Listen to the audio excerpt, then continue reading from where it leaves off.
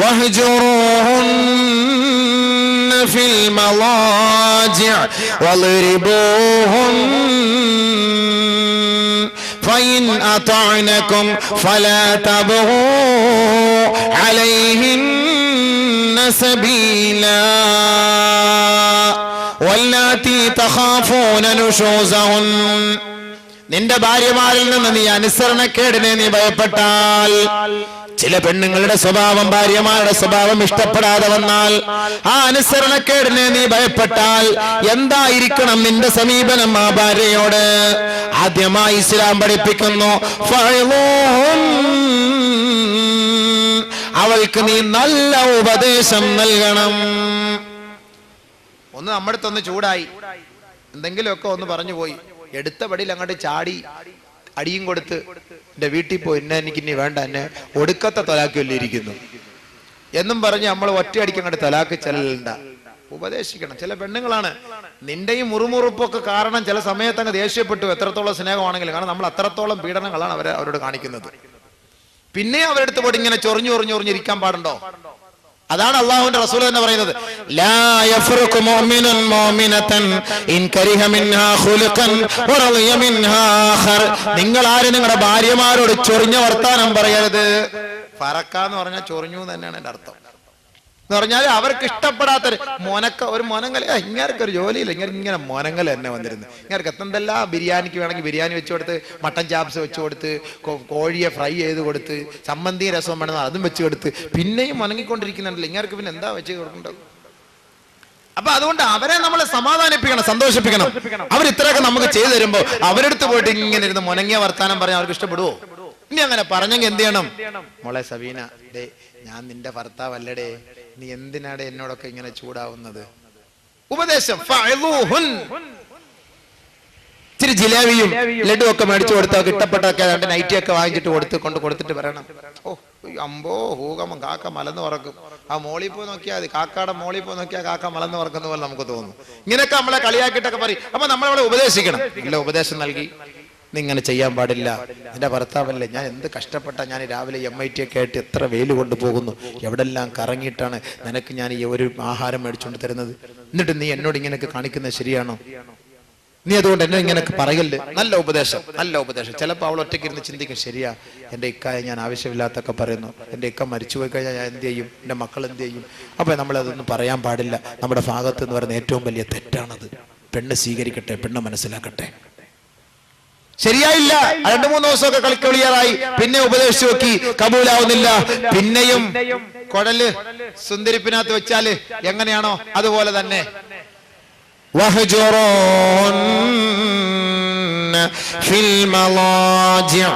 കിടക്കയിൽ നിന്ന് മാറിക്കിടക്കണം. വീട്ടിൽ വെച്ച് എന്നെ മിണ്ടാതിരിക്കണം.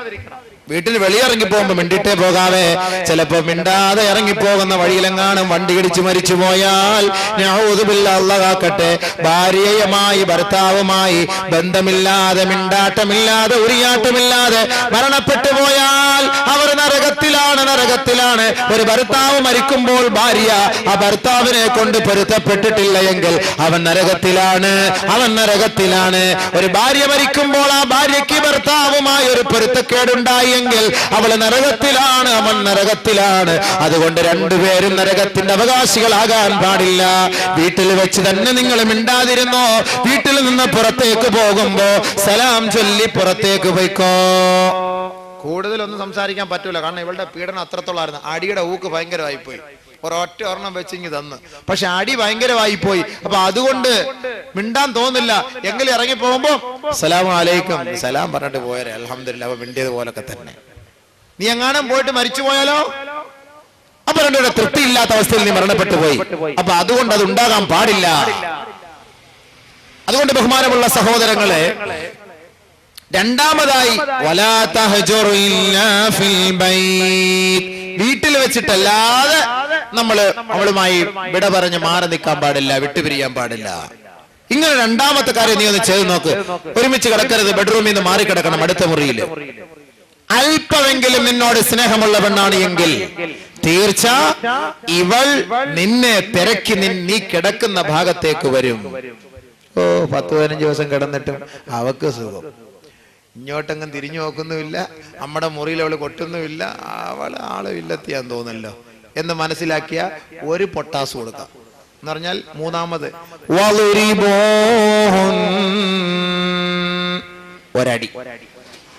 ഒരടി എന്ന് പറയുമ്പോൾ പടച്ച തമ്പുരാനെ കയ്യില് തഴമ്പുള്ളവരെ വെച്ച് വീക്കുന്ന പോലെ വീക്കിയൊക്കെയല്ലേ, എന്നാ പിന്നെ ഒന്നും അതിന് കാണൂല, കഷ്ടം. അത് കൊള്ളാനുള്ള കപ്പാസിറ്റി ഒന്നും ഇല്ല. പിന്നെ ഇവത്തുങ്ങളുടെ ഈ വായിന്ന് വരുന്നത് കേൾക്കുമ്പോൾ എന്ത് ചെയ്യാനാ എന്ന് 32 നേതാക്കന്മാരെ ഒറ്റ അടിക്കകത്താക്കളെ ആ നിലയ്ക്കുള്ള അടിയാണ്. അങ്ങനെ അടിക്കല്ലേ പെണ്ണിനെ അടിക്കല്ലേ. ഗൈറ മുബർരിഹ്, പൊട്ടാത്ത അടി അടിക്കണമെന്നാണ് പ്രവാചകൻ പഠിപ്പിക്കുന്നത്. പൊട്ടാത്ത അടി അടിച്ച് ഇങ്ങനെ കൊണ്ടുവന്നിട്ട് വെച്ചെടുക്കല്ല. അങ്ങനെ എന്താ എന്നാ ഇവിടെ അഹങ്കാരം കുറച്ചുകൂടെ കൂടും. ചില പണ്ഡിതന്മാർക്ക് പറയുന്നത് തുണി വെച്ച് അടിക്കണമെന്ന്. തുണിയൊക്കെ വെച്ചിട്ട് അടിച്ചിട്ട് ഇപ്പൊ എവിടെ നോവാനാ? ഞാൻ പറയുന്നത് തുണി നനച്ചിട്ട് ഒരെണ്ണം കൊടുക്കണം, അപ്പൊ ഉഷാറായിരിക്കും. ഇനി നനച്ചിട്ട് കൊടുക്കണമെന്ന് വല്ലതും പറഞ്ഞത് നനവെന്നുള്ളത് മറന്നുപോയോ വിട്ടുപോയോ എന്നറിയില്ല. തുണി വെച്ചിട്ട് അങ്ങോട്ട് അടിച്ചാൽ എന്താ, പൊടി പോലും ഇന്ന് തുണി വെച്ച് അടിച്ചാൽ പോകൂല. അപ്പൊ അതൊരു താക്കീത്. ചില പെണ്ണുങ്ങൾക്ക് 2 പൊട്ടീര് കൊടുക്കാതെ നന്നാവുകയില്ല. അത് ഉമറുൽ ഫാറൂഖ് റളിയല്ലാഹുവിന്റെ കാലഘട്ടത്തിൽ അങ്ങനെയാണ്. ഉമറുൽ ഫാറൂഖ് റളിയല്ലാഹു തആലാന്റെ കാലഘട്ടത്തിൽ പോലും ഉമറിന്റെ ഭാര്യ പോലും ഉമറിനോട് കയർത്ത് സംസാരിക്കുമായിരുന്നു. കയർത്ത് സംസാരിക്കുന്ന ഉമർ ഖത്താബ് റളിയല്ലാഹു അൻഹു സഹിക്ക വയ്യാത്തൊരു കാര്യമാണ്. ഒരു ദിവസം ഇങ്ങനെ നീ ആരോടാടി കയർത്ത് സംസാരിക്കുന്ന അറിയോ?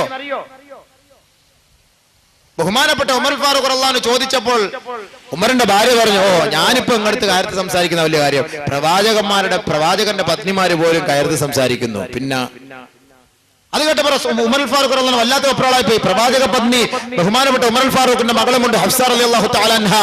നേരെ ഹഫ്സ റളിയല്ലാഹു തആല അടുക്കലേക്ക് പോയി, ഹഫ്സ, നീ പ്രവാചകനോട് കയർത്ത് സംസാരിക്കുമോ? ചിലപ്പോ ഞങ്ങൾ എന്തേലൊക്കെ ദേഷ്യം വരുമ്പോ എന്തേലൊക്കെ ഒന്ന് പറഞ്ഞു പോകും, പക്ഷെ വൈകിട്ടങ്ങ് സോൾവ് ആവും ഞങ്ങളങ്ങ്.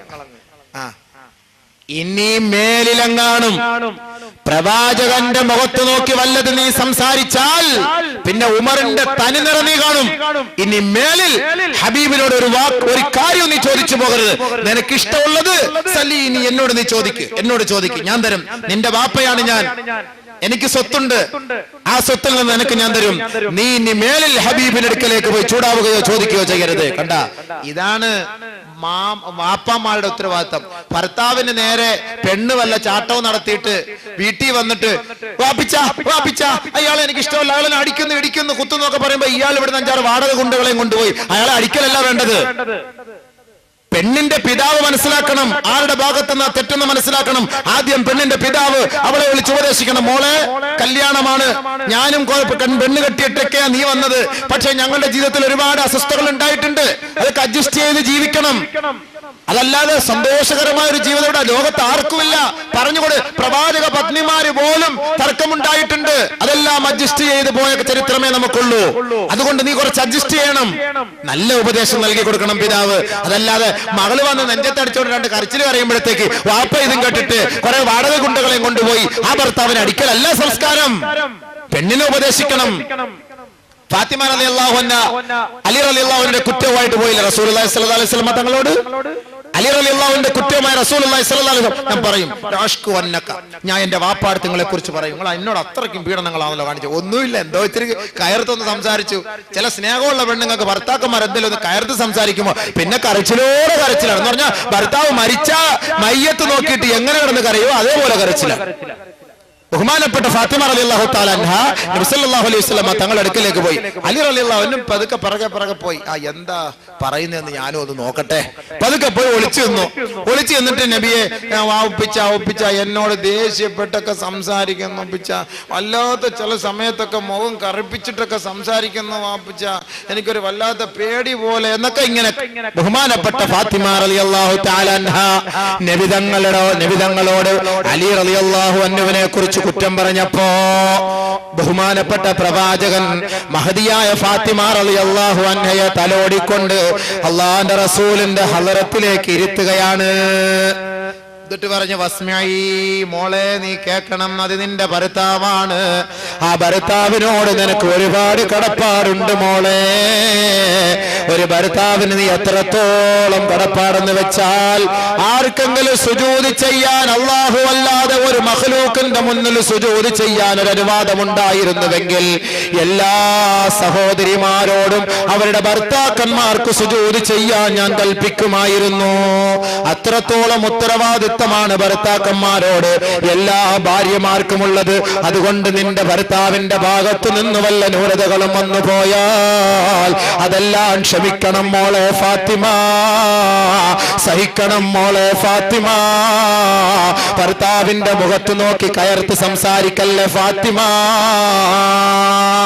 നല്ല ഉപദേശങ്ങൾ കുറെയൊക്കെ നൽകിയതിനു ശേഷം ബഹുമാനപ്പെട്ട ഫാത്തിമ റളിയല്ലാഹു തആല പറഞ്ഞു, ഇല്ല വാപ്പ, ഇനി മേലിൽ നീ എന്ത് ചെയ്താലും ഞാൻ ഒന്നും പറയില്ല, ഞാൻ മിണ്ടൂല, ഞാൻ ബുദ്ധിമുട്ടിക്കൂല, ദുആ ചെയ്യണം എന്ന് പറഞ്ഞിട്ട് പോയി. അലി റളിയല്ലാഹു അൻഹു പിറകെ വന്നു, ഫാത്തിമയുടെ അടുക്കലായിട്ട് വന്നിട്ട് പറഞ്ഞു, ഫാത്തിമ വാ ഇവിടെ, ഇനി മേലിൽ ഞാൻ നിന്നെ ഒന്നും പറയില്ല കേട്ടോ. ഞാൻ ഇത്ര പ്രതീക്ഷിച്ചില്ല. നീ നമ്മളൊക്കെ ഒരു ചെറിയ തമാശക്ക് അങ്ങോട്ടും ഇങ്ങോട്ടൊക്കെ പറയുന്നു പറഞ്ഞിട്ട് നീ അങ്ങനെ ഓടിപ്പോട്ടി പരാതിന്റെ വീട്ടിൽ കൂടി പറയേണ്ട കാര്യമുണ്ടോ? നീ മേലിൽ ഞാൻ ഒന്നും പറയില്ല. പാവം അറിവില്ലായിരുന്നു, അങ്ങനെ പറഞ്ഞുപോയി പക്വതക്കുറവ് കൊണ്ട്.